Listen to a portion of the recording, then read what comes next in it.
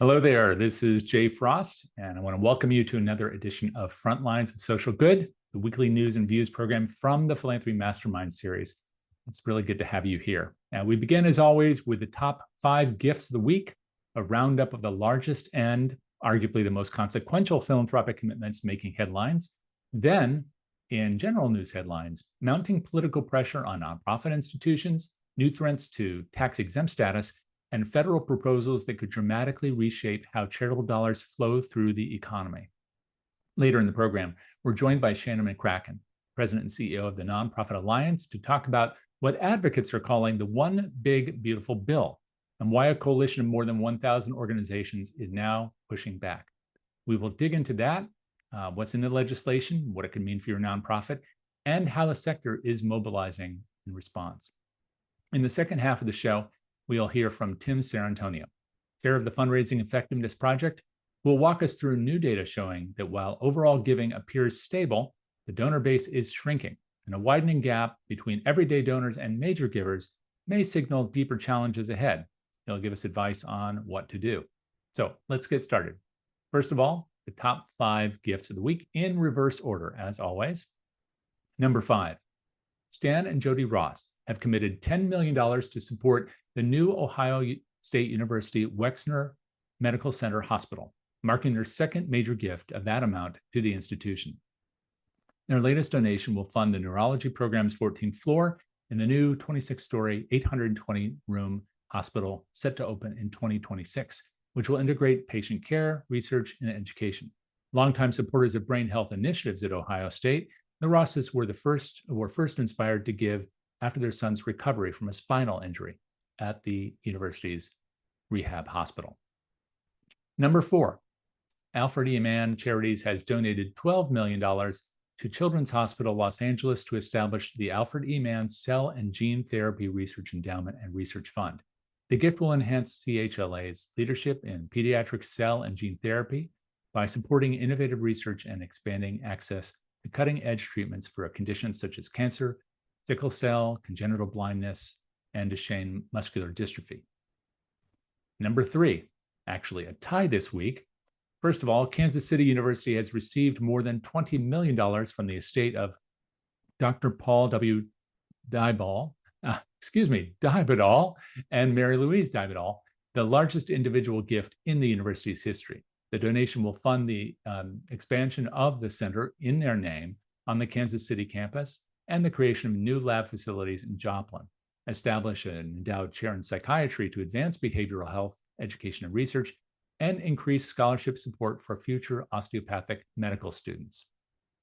Also at number 3, former Eli Lilly CEOs John Lechleiter and Randall Tobias, along with their wives Deborah and Sarah, have donated $20 million to Indiana University Health to establish the Tobias Lechleiter Institute for Clinical Innovation. With a matching contribution from IU Health itself, the total investment reaches $40 million, making it the largest philanthropic gift in the IU Health Foundation's history. Number 2, the Cancer Prevention Research Institute of Texas, or CPRIT, has awarded $21.4 million to the University of Texas MD Anderson Cancer Center to support cutting-edge cancer research and faculty recruitment. The funding includes more than $5.4 million for 5 innovative research projects ranging from improving prostate cancer genetic testing to advancing immunotherapy for glioblastoma and melanoma, and $16 million to recruit 6 new CPRIT scholars to the institution. Number 1 of the week, a total of $60 million in gifts, $50 million from the Allison and Roberto Mignone Family Foundation and $10 million from Kenneth C. Griffin, has launched the Mignone Women's Health Collaborative at NYU Langone Health. The funding will expand services, research, and education focused on women's health across all life stages, with an emphasis in closing long-standing care gaps in areas like midlife health, fibroid treatment, and preventive care. If we've missed a gift announcement this week that you know, let us know by contacting me directly or through our sponsor, DonorSearch, or via LinkedIn. You can find me there. Now, here are some of the most important stories shaping the nonprofit and philanthropic sector this week. First, returning to a story from last week, the WHO Foundation and Laerdal Global Health have announced a joint $12.5 million initiative to scale up emergency and critical care in low and middle income countries.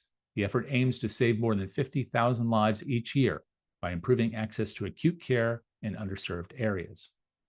The funding will support local training programs and affordable simulation tools designed to boost the skills of frontline health workers. It's part of a broader push to strengthen basic health infrastructure where care gaps remain most severe. Congratulations to Anil Soni and Bob Carter, guests on the show last week on this major new partnership. According to Philanthropic News Digest, the Lilly Endowment's assets surged nearly 30% last year, reaching a total of $79.9 billion by the end of 2024, making it the largest private foundation in the United States, at least for the present. The dramatic growth was fueled by the success of Eli Lilly and Company's blockbuster weight loss and diabetes drugs, Zepbound and Mounjaro. The endowment, originally funded by Eli Lilly stock, now holds over 96 million shares, roughly 10% of the company, making it its largest shareholder.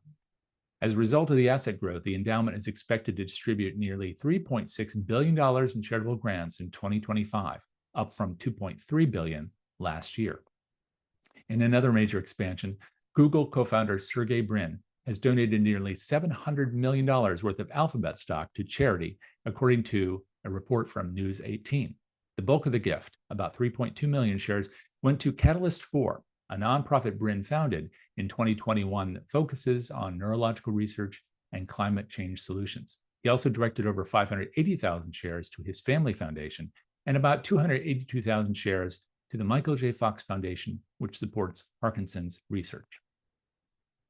According to the Puget Sound Business Journal, Jeff Bezos has donated nearly $97 million in Amazon stock to his nonprofit Day One Academies, which operates the Bezos Academy network of tuition-free preschools.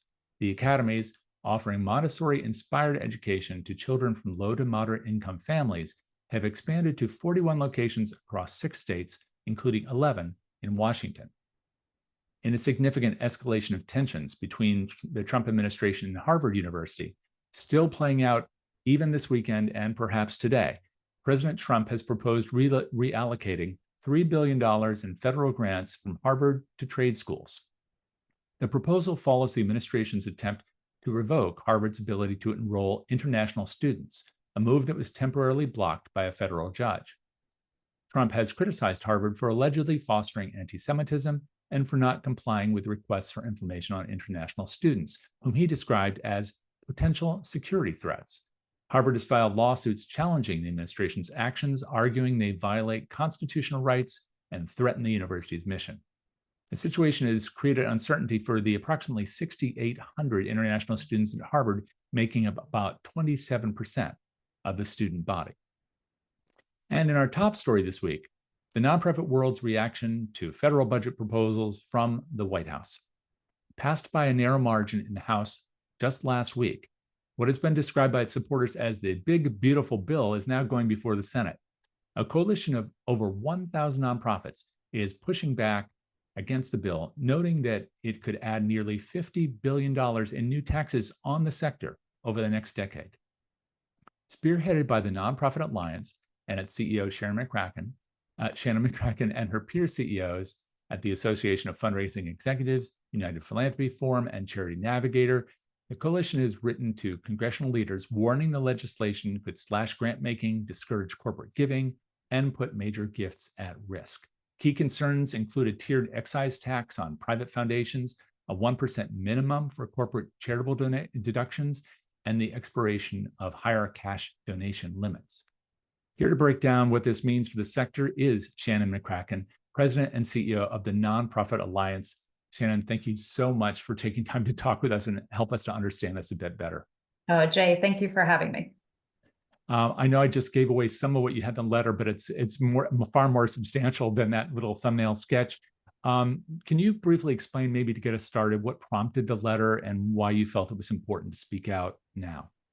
Absolutely. Well, our members told us that it was important to speak out, and certainly the broader sector has really responded. So I appreciate you calling out this particular letter. There were other coalitions of other infrastructure organizations and other individual organizations that also spoke out on this. So it was very much a tidal wave of concerns, some of those homing in more on some aspects than others, but certainly this shared concern that the tax bill, as presented, is really putting weight on the nonprofit sector to pay for some of the other increases in spending that the federal government is proposing.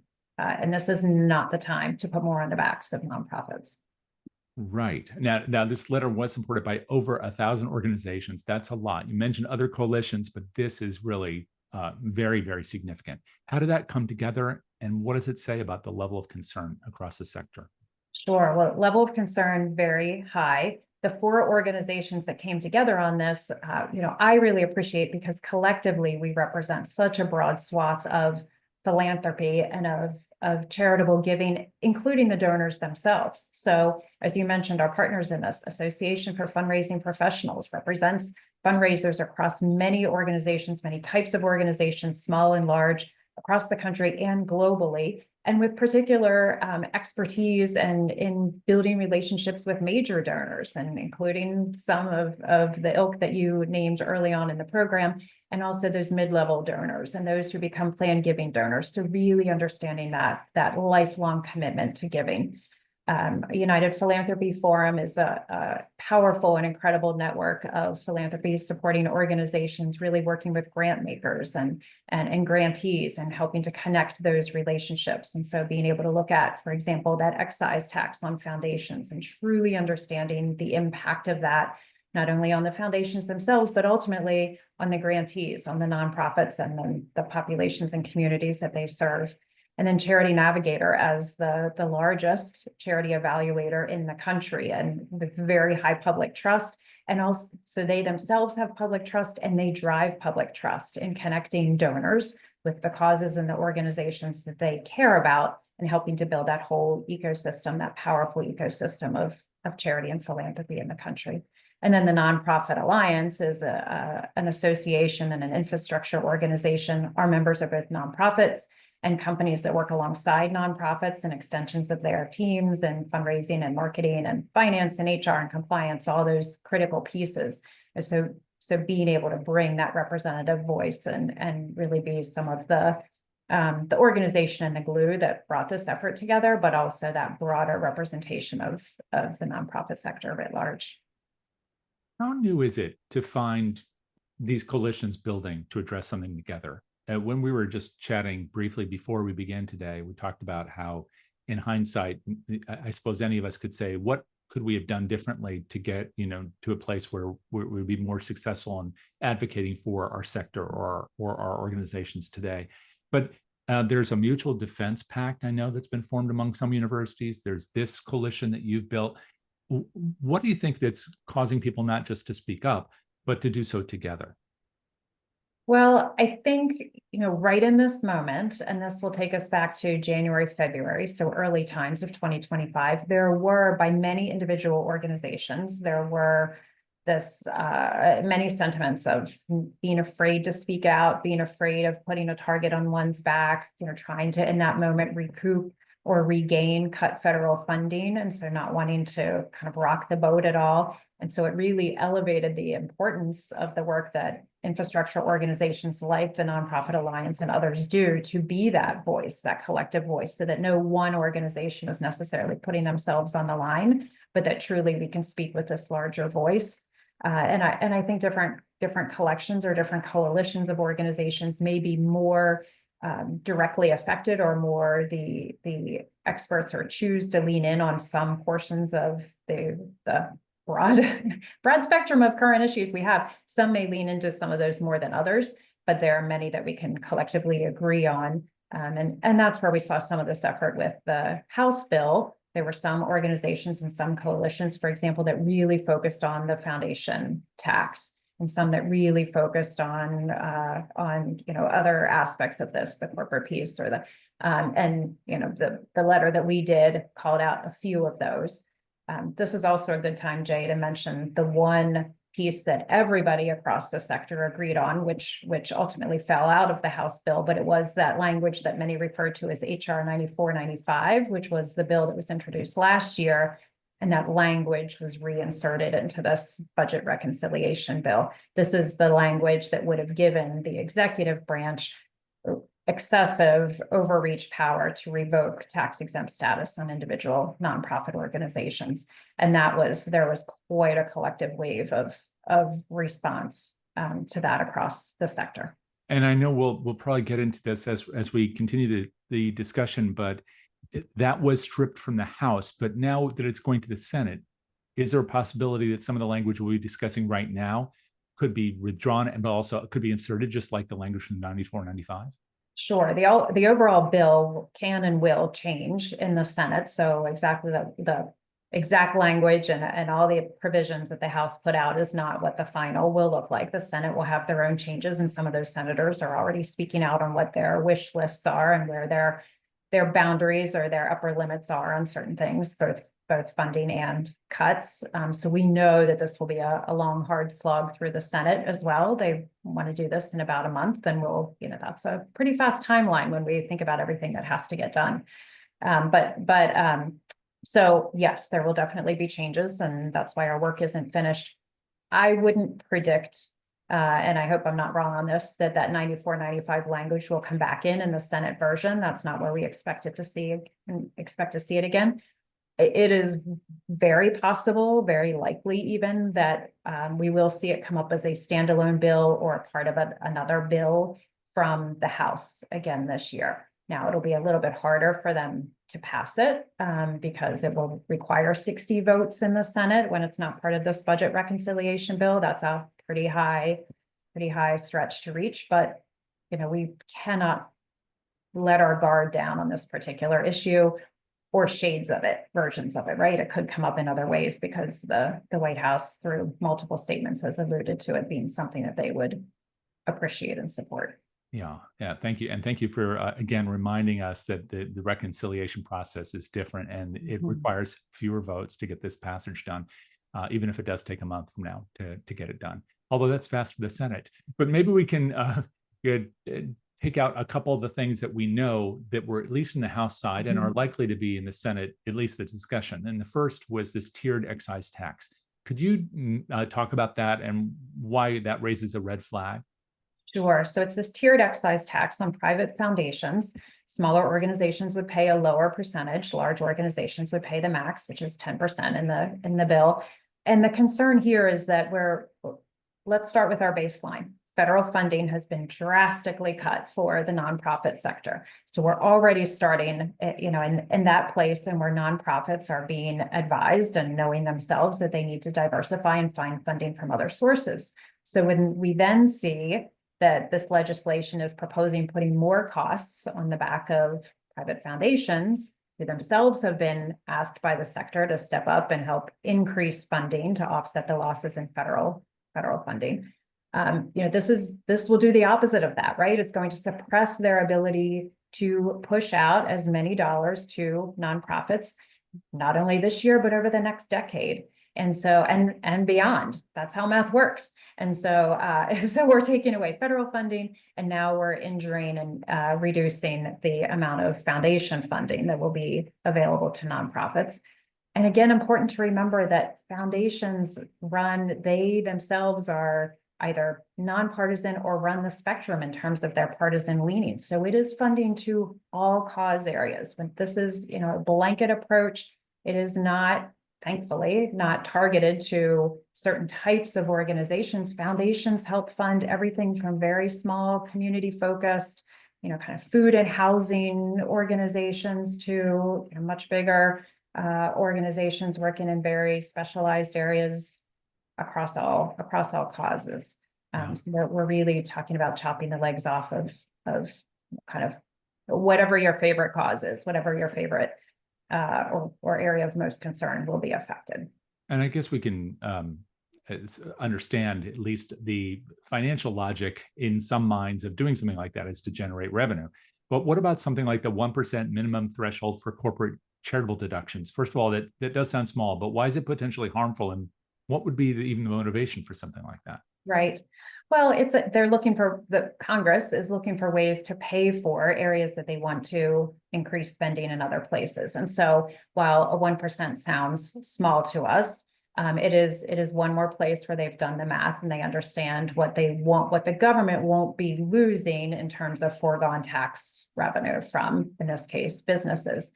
Our concern with that particular provision is that, and it may affect small local businesses and therefore the local nonprofits that they support the most. It's really saying your giving as a company, as a business owner, has to be more than that 1% floor of your adjusted gross income before it can be tax deductible. So local organizations that are approached to make those contributions to the local schools or the scouting groups or the local fundraising events to sponsor those kinds of smaller level giving may be impacted because those companies are looking and saying, well, we can't reach that 1% threshold with our giving, and therefore we're losing that deductibility. Now, I've only touched on two things, and the letter is a letter, but it's still, there's a lot of content in it. Is there anything else that you're really focusing on, either for your organization or across all the organizations that have signed on with you, that's particularly important for people to keep in mind right now or lobby about? Sure. I'll call out two other pieces that really have to do with individual givers. So one piece is looking at the tax deductibility for larger gifts, for those mega donors, those super donors, and some of the parameters on those are changing. So it will de-incentivize a bit some of the major gifts. So we've now talked about major donors, we've talked about corporate donors, we've talked about foundations, and of course we started with federal funding. So it's everything that is in an organization's diversified revenue portfolio is being targeted here. And then the other piece, Jay, that I'll mention is the universal charitable deduction. So this is the bit of good news, right? We are delighted to see that the Charitable Act is reflected in this bill. This is legislation that we have, many of us across the sector. There's a charitable giving coalition that has just done tremendous work in this space, made up of the various groups, to ensure that this could be part of this legislation. So has bipartisan support in both the House and the Senate. It showed up in the House bill. Fantastic. What this means is that every taxpayer, regardless of income, will have access to the charitable tax deduction, which currently they do not. However, the limits that were set by the House are $300 of tax deduction for married couples filing jointly and $150 for single tax filers. And what we have been working on with our allies in both the House and the Senate is $10,000 for married couples and $5,000 for individuals filing. So instead of $10,000, we have $300. Instead of $5,000, we have $150. So again, delighted to see it there. It's important to get this into tax code, but there is work to be done if we truly want to use that to incentivize giving by everyday people and their everyday gifts, which truly is the workhorse, the engine behind nonprofit and charity as we know it in the United States. And maybe that's a good point to explore what the reaction has been like from lawmakers, because when you say that the advocacy, especially on something like that, has been for 10,000 and 5,000, and they come back with 300 and 150. Is this like a negotiation, or is this just a reflection of where they are? What has response been like from lawmakers overall, but also very specifically to the letter that you sent? And it was addressed to the Speaker of the House, I believe, as well as to the Senate Majority Leader, Yes. and of course copied to the minority heads. So what has response been like overall, and is there room for negotiation?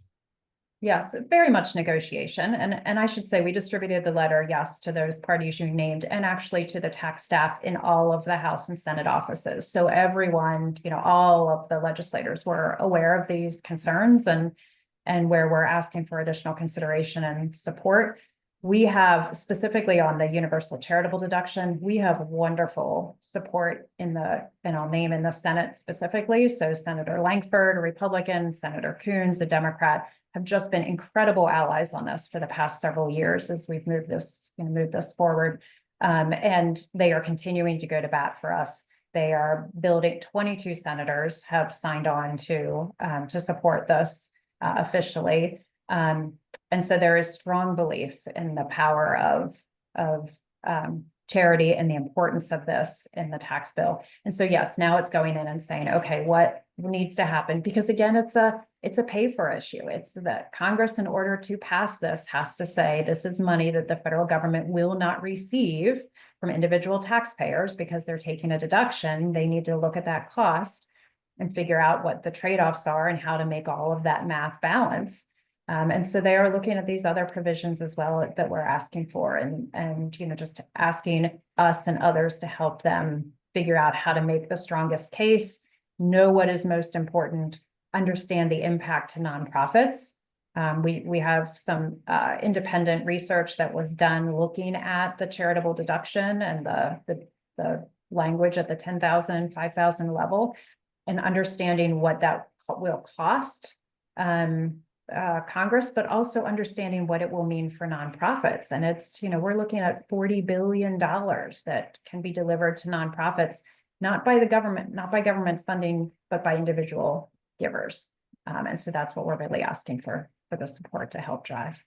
And I know that I will have to ask you where people can get more information on that for their own advocacy efforts as we conclude. But before we get there, I know one of the biggest questions for many people is, how can I get involved? You've just mentioned some of the legislators who seem to be open or even vocal supporters of elements of these things like the Charitable Act. But what is it that organizations that haven't yet signed on to this letter or supported it can do? And what is it that individuals can do to be a part of the effort of making a case for the different elements of change to this legislation, as well as more advocacy for the Charitable Act? Yeah, thank you for that question. And really a twofold answer. And right now we're really saying to focus on your Republican senators. So if you're in a state with Republican legislators, this is the perfect time to reach out, pick up the phone and call. It sounds intimidating. It absolutely isn't. You're not going to talk to the senator. You're going to talk to one of his or her staffers. And they are going to hear your message. They're not there to debate. They are here to listen to you as a constituent, hear your concern. It's a couple minutes out of your day, and you get to be part of the process. So that's what individuals can do, is call your senators and just tell them that you want their support for nonprofits. You want them to understand how important nonprofits are to their local communities, to their constituents, and to the entire country. And to really, at this point, I would say, advocate for the charitable tax deduction for all taxpayers, regardless of income. That's an important piece of this. And we have a couple of talking points, Jay, that I'd be happy to send you that you could share out with your audience. But it's a really easy way to just reach out and say, here's what we support, here's what we don't support. And we're asking you as our electeds to do the same. And then for organizations, if your listeners are decision makers and have authority to speak for their organizations, to share that same message. Organizations that are already on the Hill, that are already working on specific issues. We haven't talked about Medicaid cuts and SNAP, and many organizations are on the Hill around their area specific concerns. As part of that, if you weave in some of the broader impacts that will hit the nonprofit sector. And also use the opportunity to thank senators for their support where they are, if they are one of those 22. A couple of quick follow-ups on that. You mentioned that it's particularly important to speak to Republican senators if you're in a state with Republican senators, to let them know your thoughts. What about those who are living in states where they're represented by Democratic senators? Is it still going to be valuable to contact them? It is, because they could be our allies on this too, right? So even if we already feel more confident in that where their vote's going to fall in the overall budget bill, having them speak up for us if they are on key committees, if they have some areas of influence, if they within their own coalitions within the Senate, all of the news makes it sound as if there's this hard line drawn down the middle and the two sides are always sparring, but there's surprisingly a lot of collaboration and cross-side conversation and work and negotiation that's happening every day within the Senate. And so, yes, you never know when that one piece, especially if you can tie it to areas of that senator's concern, which is their own home state, you're a nonprofit organization based in that state, being able to say, our organization does this and will be harmed by this or will be helped by this. That's a compelling talking point for them. It gives them a reason to bring it up in their next meeting. I know that one other issue for many organizations is a concern, not just about sticking out, as you talked about earlier, which was one of the impediments to getting people together in the past, but obviously people are coming together today, but also the concern that advocacy might be perceived as a lobbying in a way that would be, of course, counter to their mission. And potentially illegal. And we've had people in the program before talk about this, but do you have any words of either information or encouragement to let people know where the lines are so that they can feel comfortable advocating in a way that doesn't run counter to their mission or to their legal status? Yes, 501c3s can lobby. That is often the misperception. It is, that does not jeopardize your 501c3 status. You absolutely can lobby. You can also go and educate on issues, which isn't lobbying. There's a difference there, right? So being able to go and talk about things that impact your organization. If you're talking about specific legislation, then yes, you're stepping in that lobbying category. But to be able to talk about how certain issues or the kind of the cause and effect on your cause area is, you can do that kind of education of your legislators and their staff anytime, and that is not even a lobbying activity.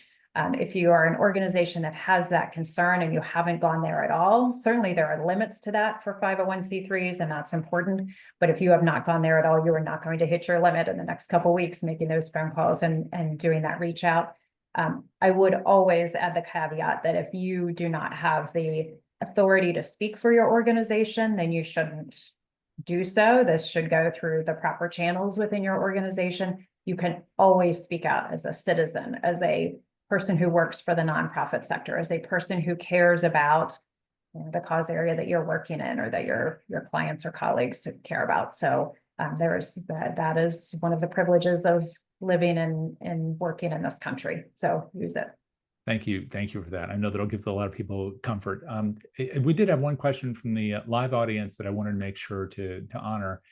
And that is that there's a perception that nonprofit universities and hospitals may be excluded from the proposed taxes and changes in nonprofit status. Have they signed on to this effort? Are they a part of this coalition?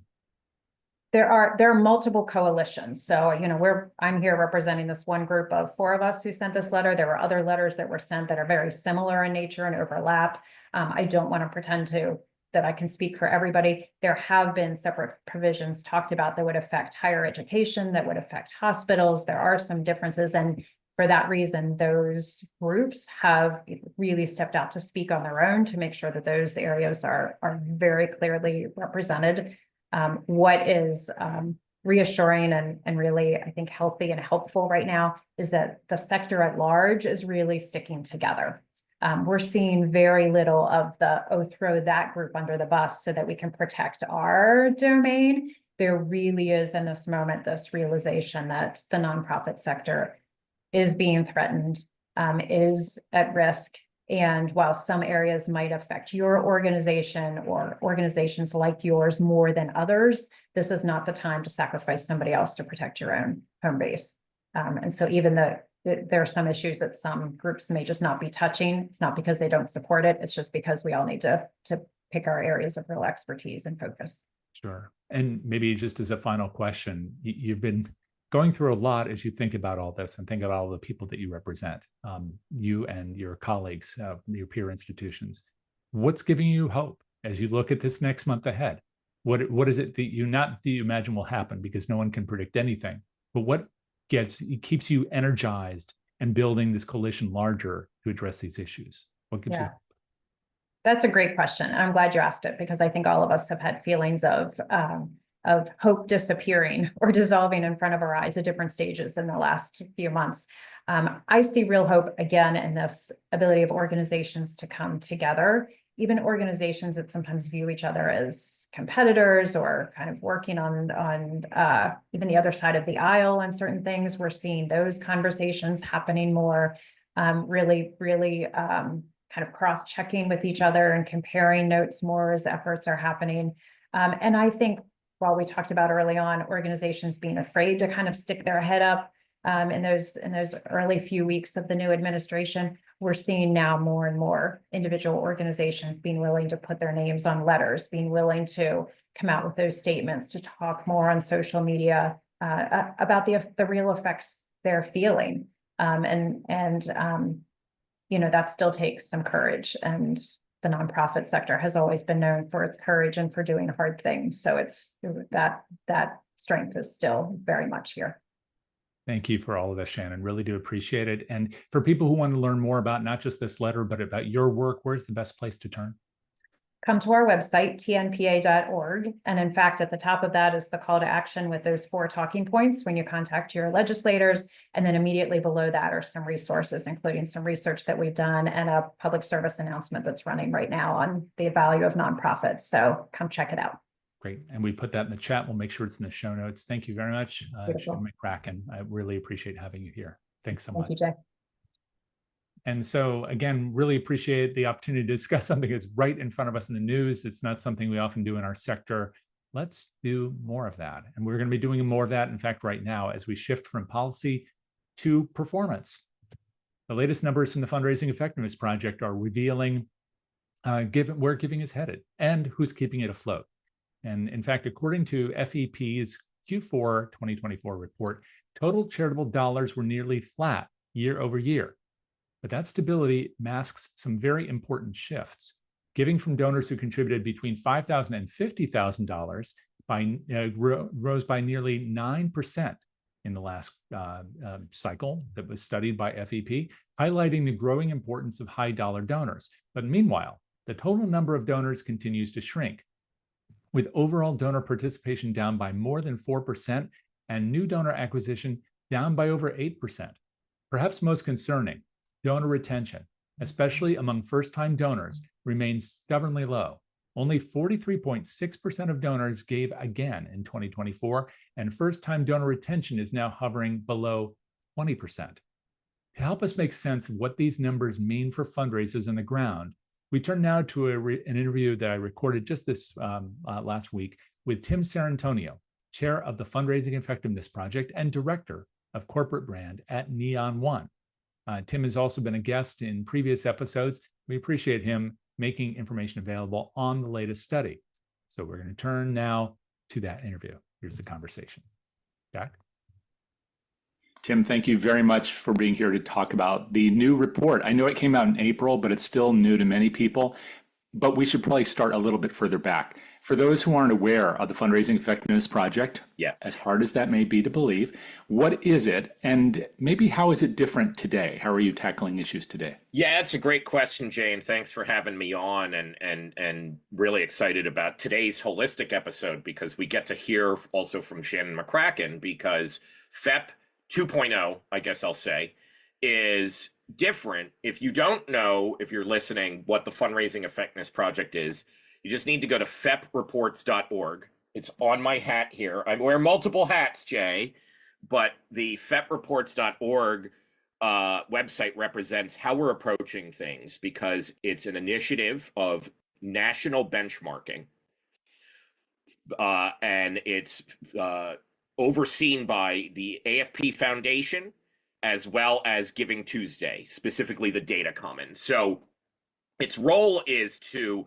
help us understand what is generally happening with transactional generosity in our sector. It's not a be-all and end-all for everything that happens for generous behavior. It doesn't look at volunteer hours or things like that, or even donor sentiments. But I'm going to talk about that. We can get into how FEP is building a bigger vision here. What it explicitly does is tells us, more like a report card, how we're doing.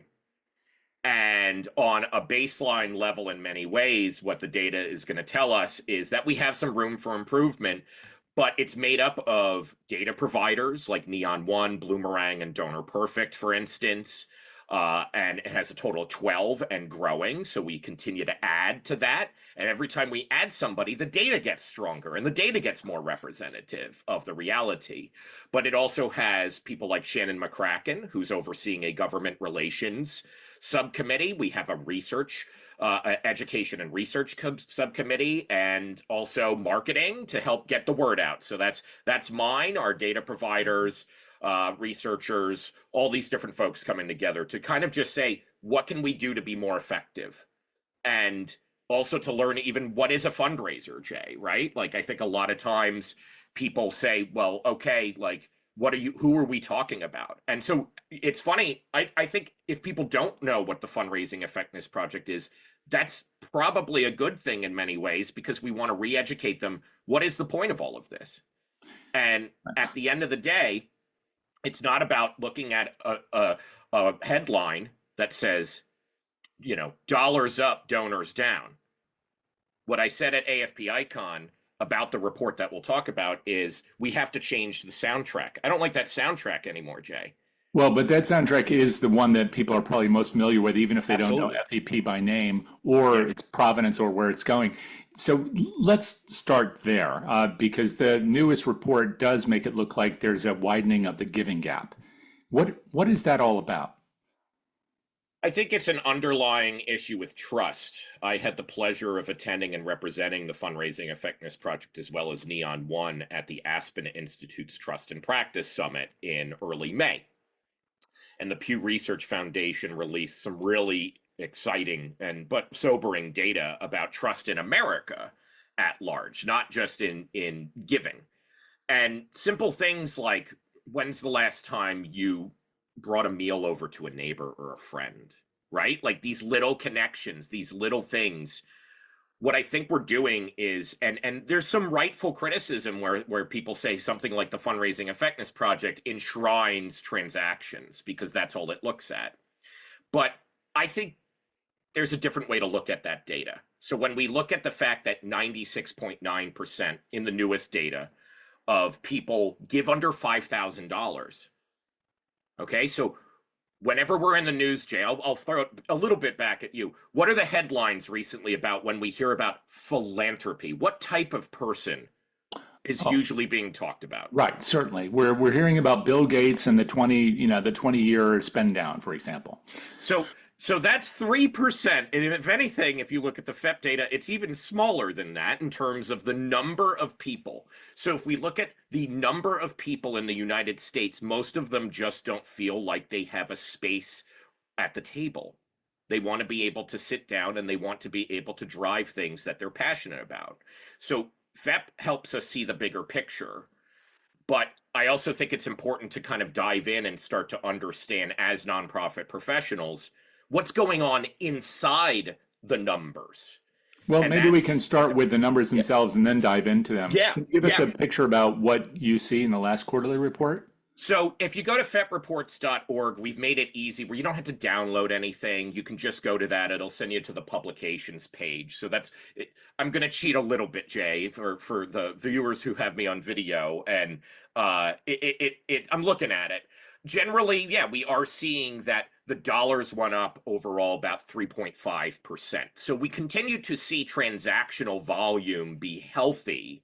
The issue is that it is constricting to a smaller and smaller group of folks who are giving 5,000 and above, and especially the 50,000 and above. So when we look at a person who gave for the very first time and it might be $25, that they're not sticking around. They're not feeling welcome. And there's really two schools of thought that I see solving this in the market now that I think are actually driving us away from the true answer. The first is, well, let's just automate all of that. Let's make those folks be easy, and we'll make it like it's like signing up for Netflix. That rips the soul out of things.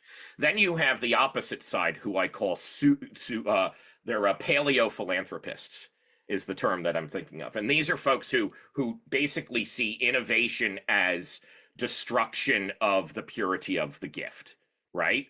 And this is where we kind of reduce things down to intellectual theory divorced from reality and practice. And that makes it where even discussing technology is a sin in a way.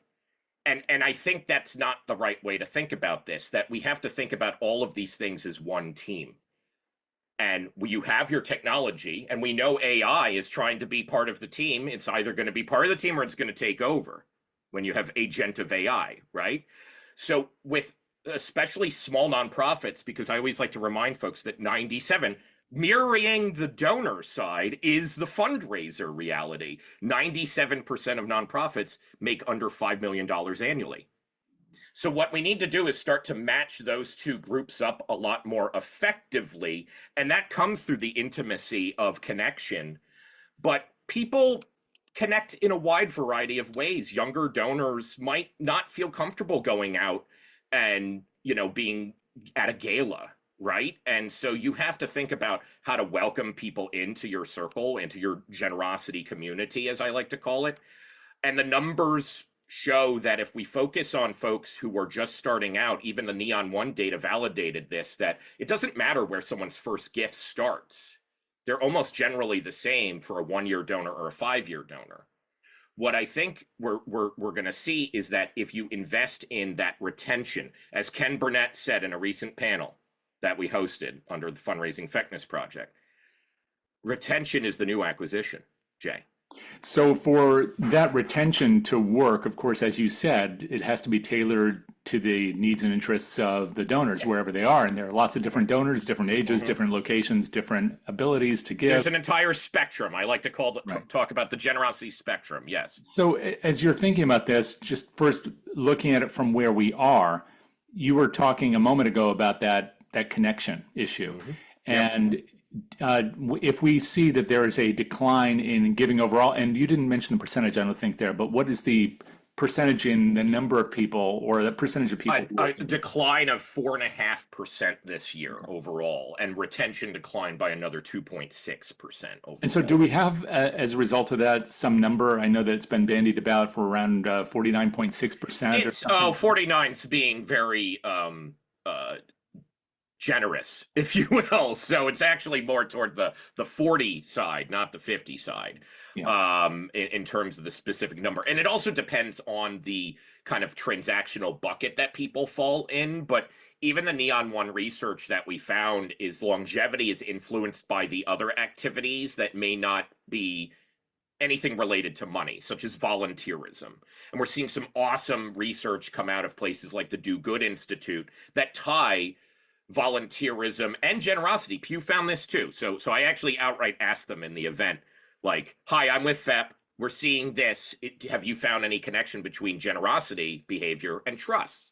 And Do Good also found that there's a tie where when people are in their local community, they're going to the events, right? Walking in the local parade or volunteering at the art studio or heck, it doesn't have to be a formal nonprofit. It could be the local PTA or just Venmoing somebody, right? These behaviors, Giving Pulse data from Giving Tuesday finds this too. And I have one final point that I want to make at the end here transactionally, but volunteerism, peer-to-peer fundraising, just mutual aid, all of these things create a generosity community feedback loop that strengthens trust.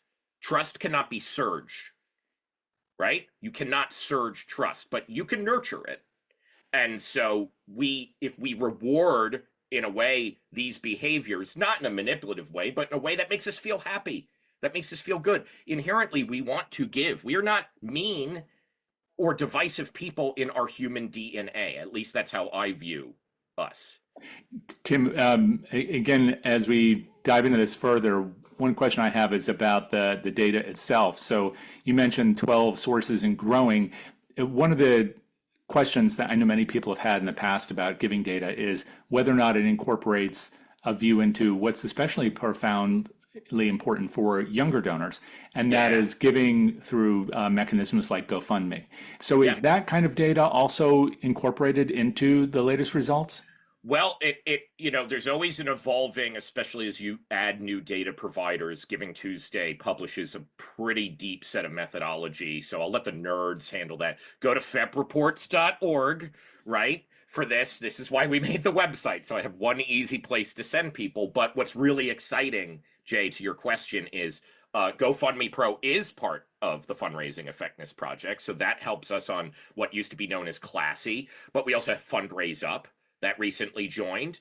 And we also have data providers that are reaching more rural areas too, like DonorDoc, right? They're based out of Missoula. And so what's really cool is that we're starting to kind of intentionally grow across the generosity spectrum transactionally. And because Giving Tuesday is overseeing this, they have other data that can help us at least pair that and organize that around, as well as our coordination with Giving USA. And one more other question on that entities. front, Tim, is Yep. that as you look at the data, it's not just giving, of course, it's also what we're doing. And Yes. that has a big impact upon the building of trust, as you said, and it doesn't always have to do with giving, it has to do with volunteering and other kinds of Yeah. touch points. So Yes. are you able to track that data through your sources as well for fundraising and effectiveness project to look at what the organizations are doing and what's most effective according to different cohorts? Not directly in terms of the larger elements, but one of the things that FEP is working on is expanding its roadmap. So one of the interest points, for instance, is at least transactionally. It's going to take a bit because you have to have privacy concerns taken into account. There's a lot of things that we have to be very careful to maintain the trust and integrity of the data. So sometimes, people get a little frustrated because it is like 3 fields when you get down to it from a CRM. Yes, talk about those fields. So what are they, the primary fields that make up the body of the data? So we ensure that it's a unique organization in the nonprofit's data set. So I have like a Neon data set. There's a Bloomerang data set. We have clients that use our platform. And so inside that, it's like, okay, that's a organization. And then we have 1, 2, 3, 4, 5, 6, 7, 8, 9, 10, et cetera, donors, people who gave. And so it's a unique ID for the donor. I don't know their name. I don't know their anything other than that. And then the date of the gift and the amount of the gift.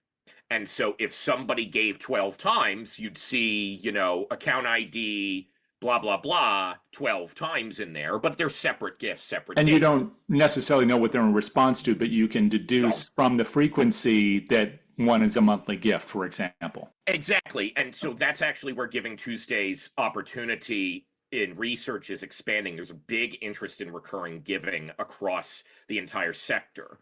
Now, again, I think that we can address the fact that we don't want to turn this into like somebody signing up for a Disney Plus subscription. That's not why. It's more about like the communication and cadence and preference of people. You don't want to treat it like it's, again, Amazon.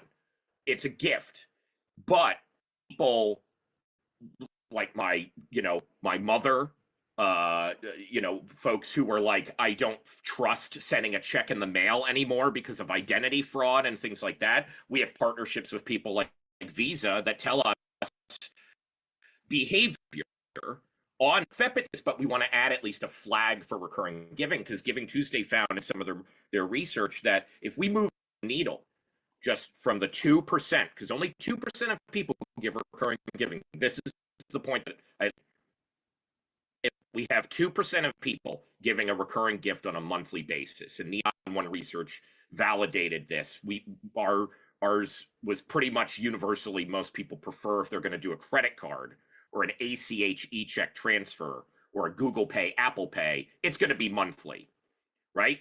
People who use a donor advised fund might go, okay, I'm going to disperse this once a year. If we move those 2% of people who choose to do that just up 5 percentage points, it could add back in at least $10 billion into the sector. And most of this is distributed to these community organizations. And I can validate that even for people who give to multiple nonprofits, because Neon One did that research as well, whether people gave to one or multiple organizations, there is not a donor fatigue issue. The generosity is there. People are there. It's that they don't just feel part of the process. Again, I'm going to say they want to feel part of that circle of trust. That's what we have to build, the circle of trust. And that goes back to something you mentioned at the start, and you just touched on again by the kind of the Disney or Netflixification of giving. You'd set up kind of 2 different ends of the field, and one would be this very highly automated approach, some might say transactional, which can take some of the humanity out of it. It increases efficiency, but then people might not feel that sense of trust. Yes. If I understood you correctly. But then on the other side of the field is this, what you described as paleo philanthropy. Paleo philanthropy, yes. When you think about that, first of all, what does that look like? And then where is I know you're not looking for a midpoint per se, but what is the point where things are efficient enough to work for us, but they're human enough to build trust? So first paleo and then the middle. Yeah. Well, and look, because I think, and there's an entire like element on how people think about this and could think about this. And I read a lot of books and I follow a lot of people like T. Clay Buck, for instance, and Michael Buckley, who's also, these are people who I care about pretty much. Alice Ferris, right? Like in terms of what is traditional in many ways, traditional professionalization of philanthropy look like? What is fundraising? What is development, right? Like talking and nerding out about like household configuration and things like that when it comes to how to think about the gift, right? But the issue that I'm seeing is that we're creating binaries, and I'm being reductive by actually saying there's these two sides of the coin. What there is there's actually an entire spectrum within that, and we don't recognize that. We like to create the binaries in many different ways, and what we're not doing is designing for the reality that there is many different modes and types of generous behavior, and we're trying to jerry-rig that many ways into like a formalized nonprofit structure, as opposed to just saying, look, let it flow through us, and the technology can help us understand it. I had the pleasure of listening to Jane Goodall talk at the AWS Imagine event, and she talked about this, where it's like you have to have that balance of technology and nature.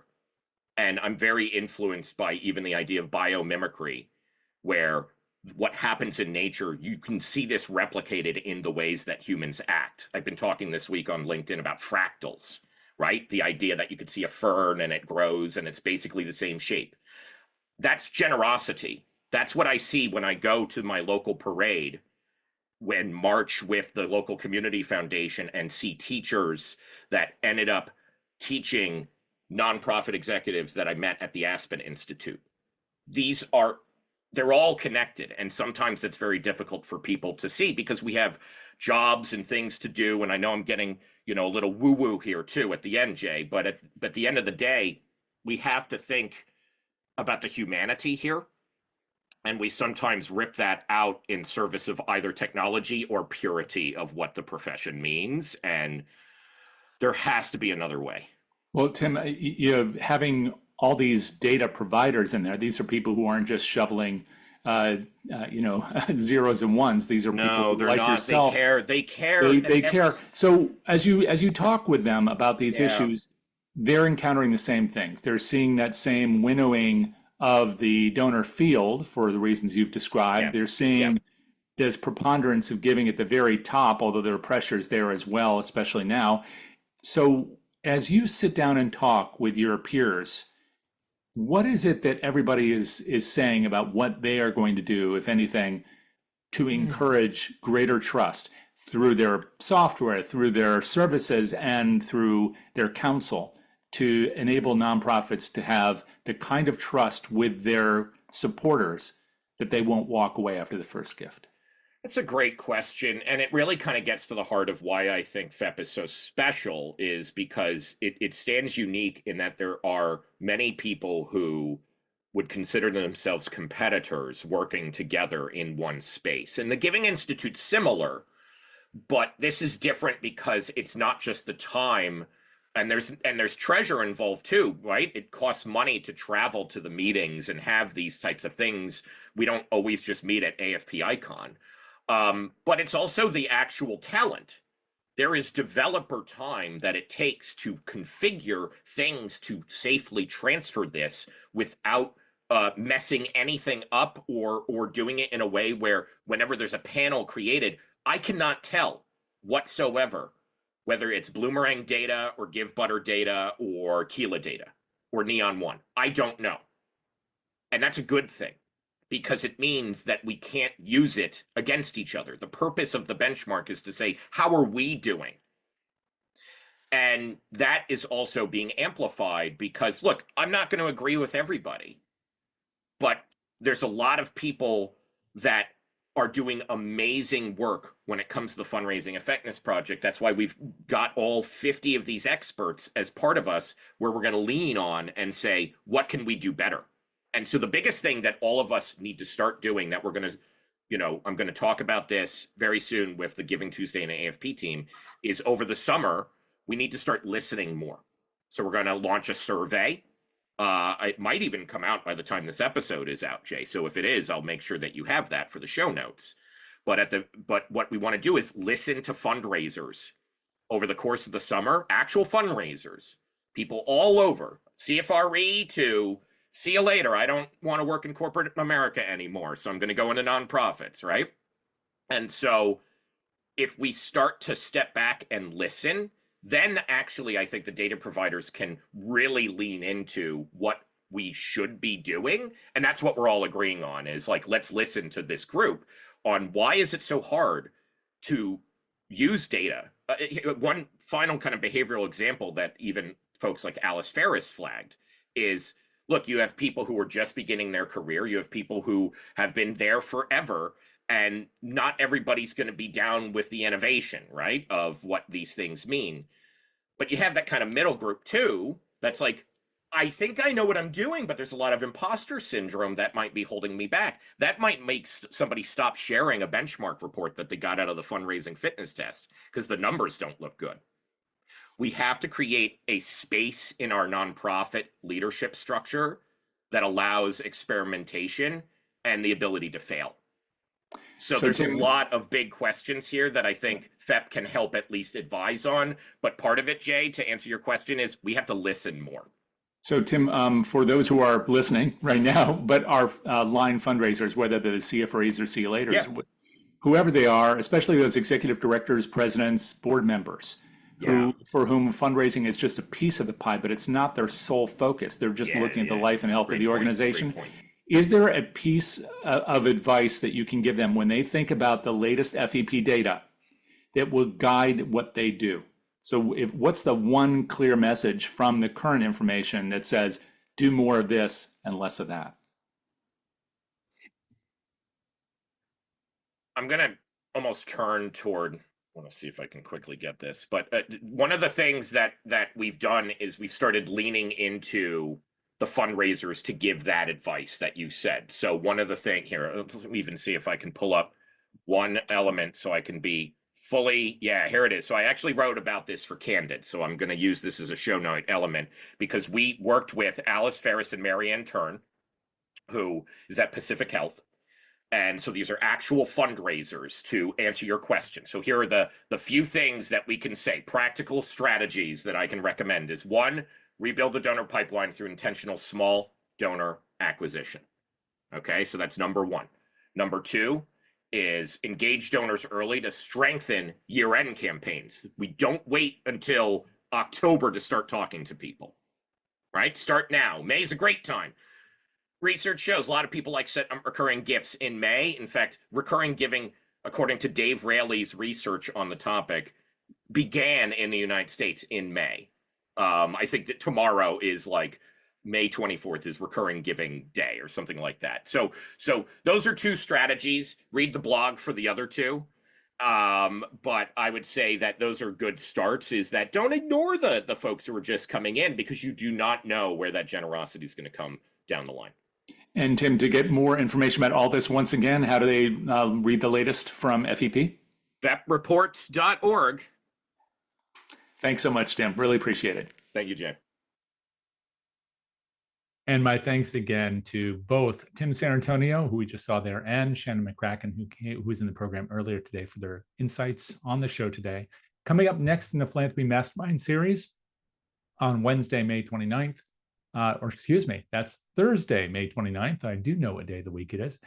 Join us on How to Raise, our CFRE accredited show, for a fresh take on fundraising with Jennifer Oyer, founder and chief joy officer at Community Impact Advisors. Her program is on Beyond the Ask, Cultivating a Fundraising Ecosystem with Aloha. And when she says that, she means it. You will really enjoy it. Plus, it's a great way to both learn and apply best practices and, of course, to gather up those CF credits. That's this Thursday at 1 p.m. Eastern Time.